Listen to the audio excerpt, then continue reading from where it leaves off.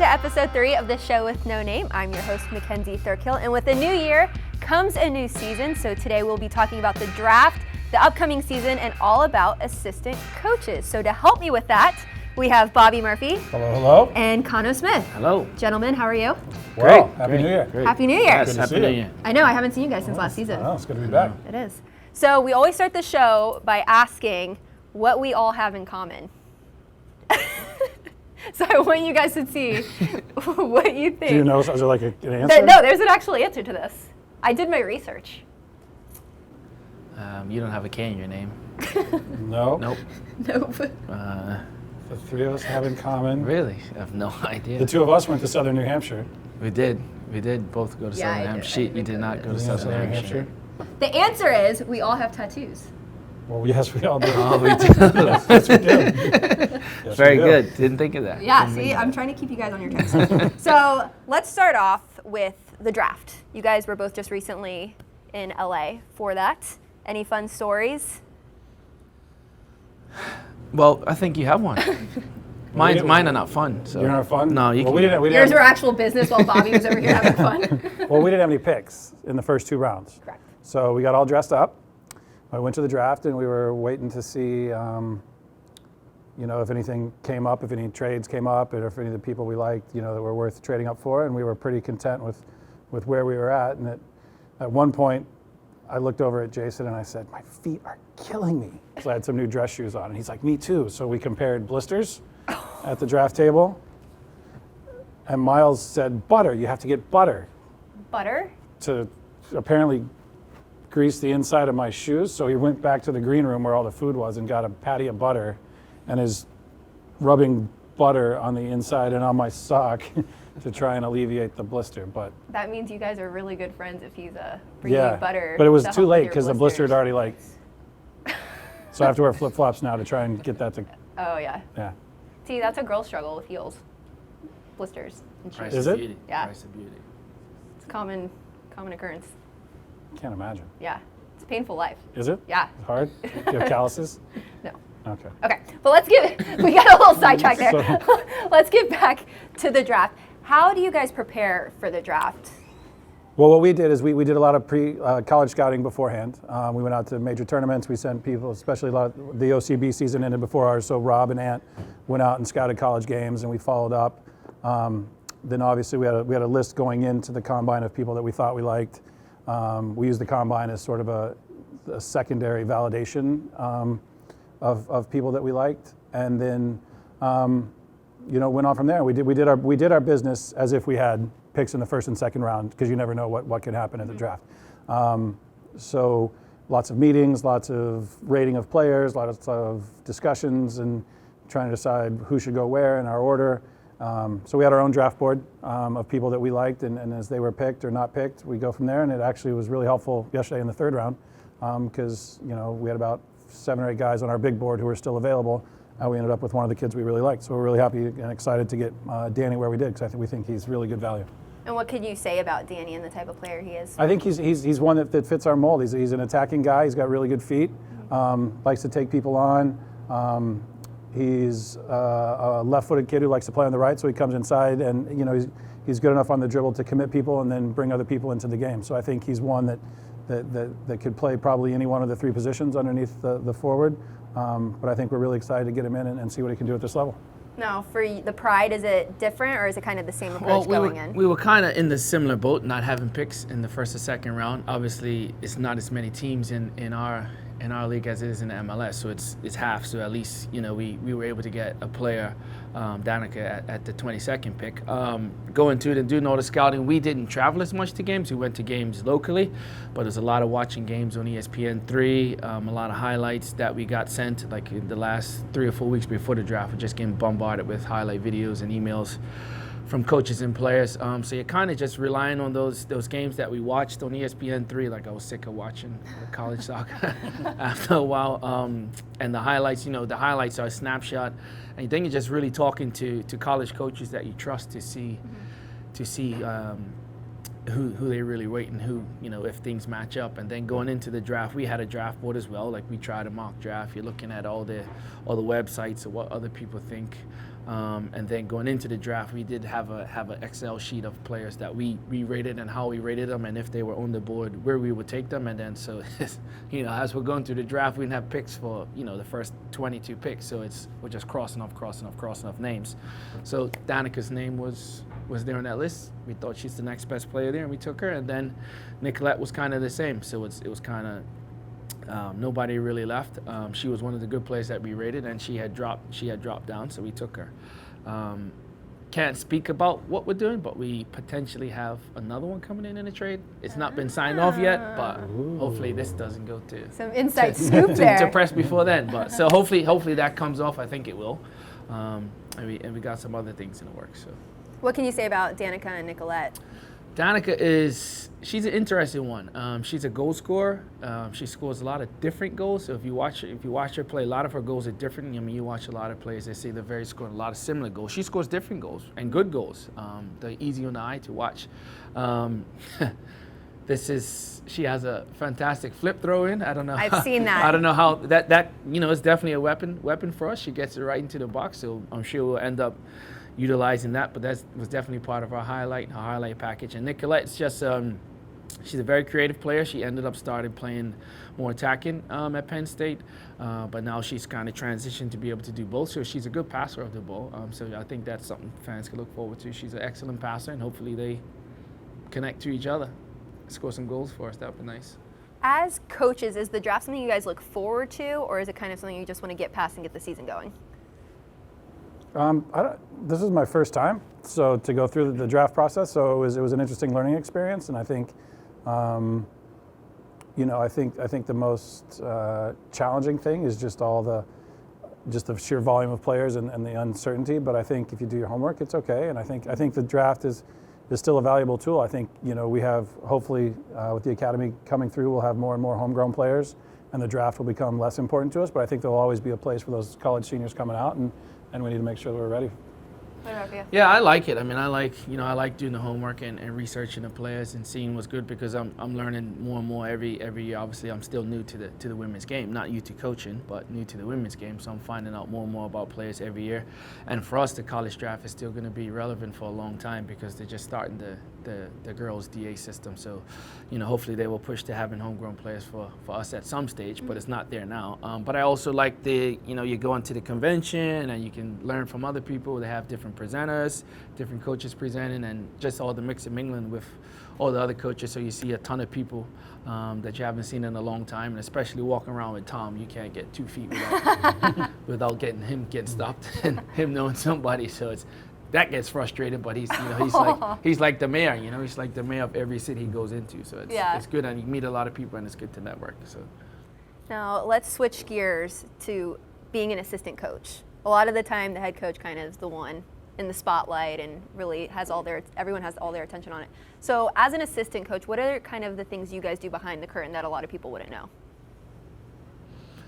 A lot of the preparation going into games. Obviously you're preparing for your opponents. You're doing a presentation for the players. The planning of training, like it's just not like it maybe what it used to be, and you're showing up to training five minutes before, and you're like, oh, let's do this, let's do that, let's do that. So it's actually a plan, and you're trying to figure out workloads for players, how hard they want to work, when should they be resting, and all that sort of thing. So I would say planning is a lot more than goes into it. So people may think that you just show up 5 minutes before games and training and you just wing it, but it's not like that. It's like every job and profession, you have to prepare to be successful. So I would say that's the most important thing for me. What about for Orlando City? Because you guys have 3. There's a lot of us. It's crowded in that office. But I think Jason is really open and inclusive in the process of everything with the entire staff, and he'll point us in a direction. And so for the last 3 days, CJ Miles and I have been putting together all the training sessions for the next 2 weeks of preseason, and we'll get them all ready, and we'll show them to Jason, and he'll either say yes or no, or add or delete, and we'll go from there. I think he's really, we're really fortunate that every decision he wants all our input, and he really encourages pushback. So sometimes, even if you may not believe it, it's important to present a differing point of view, and challenge and see where that goes. And I think that's the sign of a really healthy staff when you can say, go against the grain and say, I don't think that's the best course of action. And no matter what the final decision is, we all walk out of that office, with a unified front and comfortable with the decisions we've made, because I think we've really, whether it's training or players or lineups for the games, I think we're all on the same page. We've really gone through the process. So, yeah, it's good. Plus, after having been a head coach for a little while, for a couple of weeks, I like being an assistant. It's all right. Yeah, let's talk about that for a second. So you were interim head coach, and you actually helped out a bit when he was interim. Yeah. So what is that like, having that pressure? For me, it was. I took it on just as a unique opportunity to go and take on a challenge, and I think we did okay. I'm proud of what we did, and the results were what they were. But I think we got the group back together. I think we got them all sort of going in the same direction, and I'm proud of that. That when Jason came in, that there was something to work with, that it wasn't all a complete shambles, and that we were able to hold it together. And it was a hard situation for me because I lost a friend and someone who brought me here, but still had a job to do, and to get a new boss, I crammed a lot into my first year. And you did. And this show. We crammed into that. We did. Yeah, a lot of people don't know that Bobby and I have been talking about this show for months, and we actually sat in his office. I get an EP credit, right? That's showbiz talk for executive producer. You might have to talk to Eric on that one. Eric might have that role. But yeah, this was a lot of Bobby's idea for this show. Kano can be key grip. There you go. And Bobby, you mentioned this earlier because you obviously do a lot of work with the academy also. So how does that kind of play in part with being an assistant coach, but also overseeing that? Yeah, my role at the academy is almost is to work with the academy staff, to work with OCB, to identify the kids that we think have a chance. Not every kid in our academy is going to be a professional soccer player, but making sure that the ones that we think have the opportunity to move on, maybe through OCB into the first team, like Pierre has done this year, and we'll have a few more coming through in the next couple of years, that we have a really clear, I guess the buzzword these days is pathway for them to get there, that they can see that they're 2 steps away from getting there, and we're not obstructing their development by signing players to OCB that would play in the same position as these kids. Mm-hmm. So really just keeping an eye on the big picture, and really hoping that we, if we can sign 1 or 2 a year, then we're doing great. It's hard. It's not an easy job to become a pro, but I think the academy staff as a whole was new coming in. David and his staff have done a great job. I think the kids are responding and doing well, and we'll start to see the benefits of this in 3 or 4 years when they've had time to work with the kids from a young age on. All right, now let's look at the upcoming seasons. Pride going into their 2nd season, Orlando City going into their 3rd in the MLS. How do you approach a new season? I think for us, it's a process of, and I think this is Jason's first preseason. So even though he came in half a year, with the games coming thick and fast, trying to implement his ideas is difficult. So I think this is a real opportunity for him to get his message across of how he really wants the team to play, to reinforce those ideas, those concepts. And so I think that will be the main thrust of the time we're together during preseason, is to really allow him the opportunity to put his stamp on this group about how he wants us to play and attack and defense, and get the players all on the same page there. I think that's the short-term goal. The long-term goal, obviously, is to keep building and improve on the results from last season, and being a point away from the playoff stings. And I think everyone's goal is to get in there and get in there and give ourselves a chance to win the whole thing. But you can't do that till you get all the little things right. So we have the long-term goal, obviously, at the end of the season, but we've got to keep, I think the big thing is just making sure that every day we go out there, we're getting better, and we're committed to that idea of getting better, even if it's a little bit better, and that's where we'll go.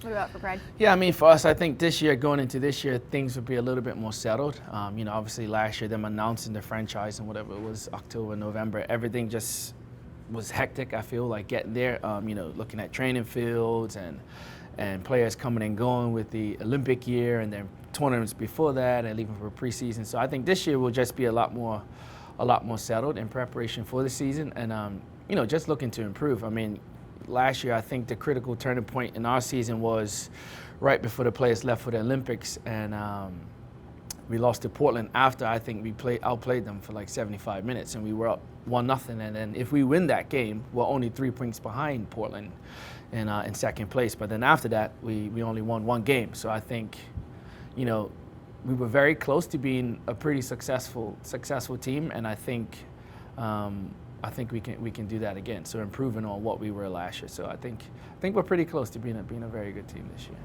Do you, looking at last year, I feel like with it being a first season, and like you said, expansion team, do you kind of get out all the jitters of a first season in a sense and kind of now look at that and now look ahead? Yeah, because it's, you know, everyone here is doing it really for the first time. It was my first time coaching in the Women's League. It was Tom's first time coaching in this version of the Women's League. You know, everybody from Sana to Merit. So everybody was new.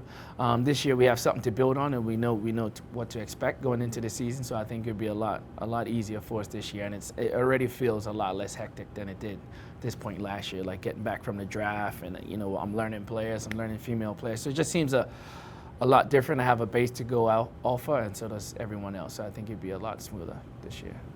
Now for both teams, when preseason starts, obviously Orlando City starts just days from now. Days. Hours. It's coming up. It's coming up. How do you set the tone for those first initial days coming into preseason for the team? Because obviously you do have new faces that are coming in, whether it's from trades or from the draft. So how do you kind of set that tone for the team and are like, okay, this is what we're doing. Everyone needs to get along and figure each other out, because it's not like you have a long preseason either. No, I think for us, it's the first part of that is what condition the players come back in, and I think from all the feedback we've gotten from the fitness staff, we've been monitoring the players' off-season programs, and they're going to come back in good nick, so they'll be fit. Obviously not match fit, but fit enough that you can go right to work, that you're not worried about other things. The second thing for us is we're here for 2 or 3 days, and then we're off to Jacksonville for 9 days, and we'll have the group together.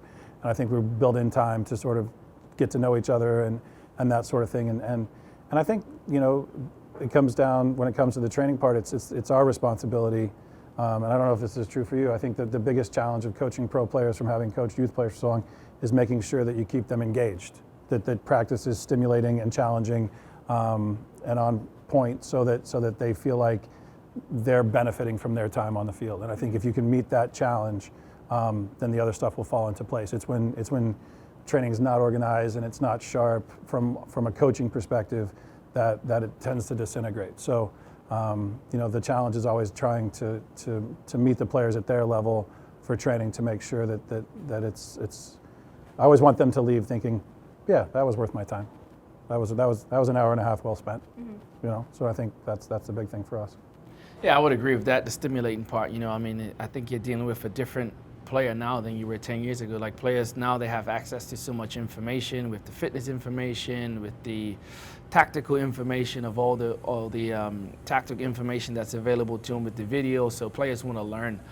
So I feel like if you're creating an environment that they want to learn, you will get the stimulation from them. So I think you do need to create an environment where they feel that they are learning and where they are enjoying themselves, because at the end of the day, it's a game. They're playing it because they love it. So you want them to love the game. And for us, I think it's just about making the environment very competitive this year. Like, I felt we were very nice, and Tom's a very nice guy, but I think we both agreed this year that it needs to be a more competitive environment from the start, because we want to be a successful team. And just being a good team. Like, I felt last year with all the people leaving, you know, going for Olympics and that stuff, like the continuity of the group was broken up. So I think this year would be a lot more settled, and I think we can be a better group together, so that we're going to do a lot more team building and stuff like that to try and make us a real team/family, I guess this would be the buzzword as well. During preseason, what do you look for out of players? I think we just want to monitor, the fitness. Obviously, we want to, because I think the initial, you know, back when we played in preseason, you came in and they just murdered you right out of the chute, and then 5 days later you can't walk. Yeah. So we really have to monitor the physical aspects of it and make sure that we're not overloading the players too early. We obviously want to build so that when we get to this March 5th, is that March 5th? Mm-hmm. NYCFC. Yes. New stadium. Yeah, get your tickets now. That they're peaking and ready to go. I think the other part is just constantly challenging them from an educational perspective, and to make sure that the concepts that we're trying to do are getting across. And that's through discussion, that's through putting an arm around people and talking to them, that's through putting them in situations on the field where they now have to apply what we're talking about and make sure that those messages are hitting home. So that you know, you want to come into that first game and come into a season where, you know, you're not 11 individuals. It's sort of one sort of mindset, you know, that everyone's on the same page and moving forward. So yeah, I mean, I would look at it very similar and look at it in the 4 components of the game. You know, so obviously physically you want to get them ready to be able to compete in the first game. They don't have to be in peak position, condition for the first game, but you want to get them ready. Tactically, you want to get them understanding and everybody on the same page of what we're trying to do. Mentally, preseasons are long, no matter if it's a month or 6 weeks, it's still long. So you have to keep them engaged and keep them fresh because you don't want them to burn out by the start of the season. And then technically, you're just trying to sharpen up all their skills and get them ready for the beginning of the season. So those 4 things would be the most important for me in preseason. Well, thank you guys for Thank you very joining. much. Good luck with the me. show. Thanks. Will we get like a callback, or is this going to You be? might. We might Encore? just take Depends it on the over. ratings. We could Yeah. probably just take it over. How many YouTube hits we get? Yeah, in the comments. So it just depends on whether the people like you or not. Okay. That's We right. are men of the people. They're Yeah, trying to we're kick trying. me out of this show. Yeah. They just want to take the show over for themselves. All right. Well, again, thank you guys before Great. they go into another tangent about something else. And we All right. appreciate you watching. Let us know what you think of the show in the comments below, and we will see you next time. Bye. Great. Thank you.